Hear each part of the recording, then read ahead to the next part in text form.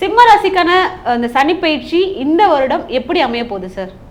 சிம்ம ராசினியர்களுக்கு சனி பயிற்சி என்ன மாதிரி மாற்றத்தை கொடுக்க போகுதுன்னு சொல்லி எதிர்பார்க்குறீங்க. அஷ்டமத்தில் சனி பகவான் அமரப்போகிறார். அஷ்டமம் அப்படின்னு சொல்லி பார்த்தீங்கன்னா, சனி பகவான் சிம்ம ராசிக்கு 6க்கும் 7க்கும் அதிபதியாக வராரு மேடம். அவர் போய் 8ஆம் இடத்துல போய் அமர்ந்துக்கிறார்.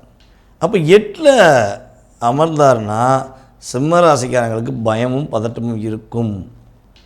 ஒரு சின்ன ஒரு மனசில் ஒரு குழப்பம் இருக்க தான் செய்யும். ஆனால் கட்டாயமாக அவங்க தோற்று போக மாட்டாங்க. எதையுமே சமாளித்து வெற்றி பெறக்கூடிய ஆற்றலும் திறமையும் அவங்களுக்கு எப்பவுமே இயல்பாகவே உண்டு. மனசுக்குள்ள ஒரு தைரியமும் வலிமையும் கொண்டு செயல்படுற ராசியில் சிம்ம ராசிக்காரங்களும் ஒரு ஆள்.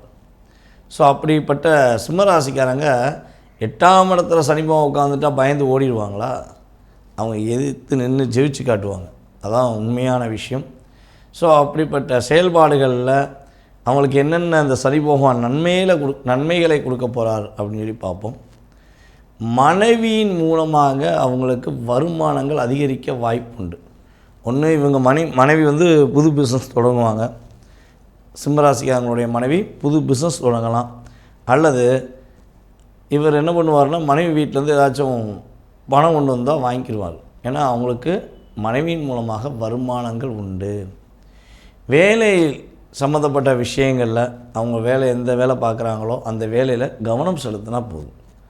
நீங்கள் நிதானமாக பொறுமையாக யோசித்து என்ன வேலை பார்த்தாலும் அந்த வேலையில் கவனம் செலுத்த வேண்டும்.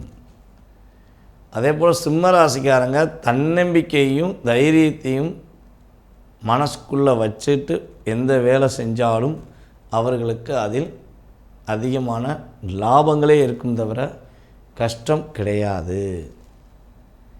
யாருடைய பேச்சையுமே நீங்கள் கேட்டுட்டு எக்காரணம் ஒன்றும் முடிவு எடுத்துடக்கூடாது.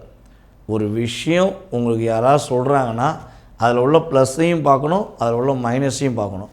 ஸோ அதில் எந்தளவுக்கு உங்களுக்கு பயனுள்ள விஷயங்கள் இருக்குது, எந்தளவுக்கு உங்களுக்கு தேவையான விஷயங்களை நல்ல விஷயம்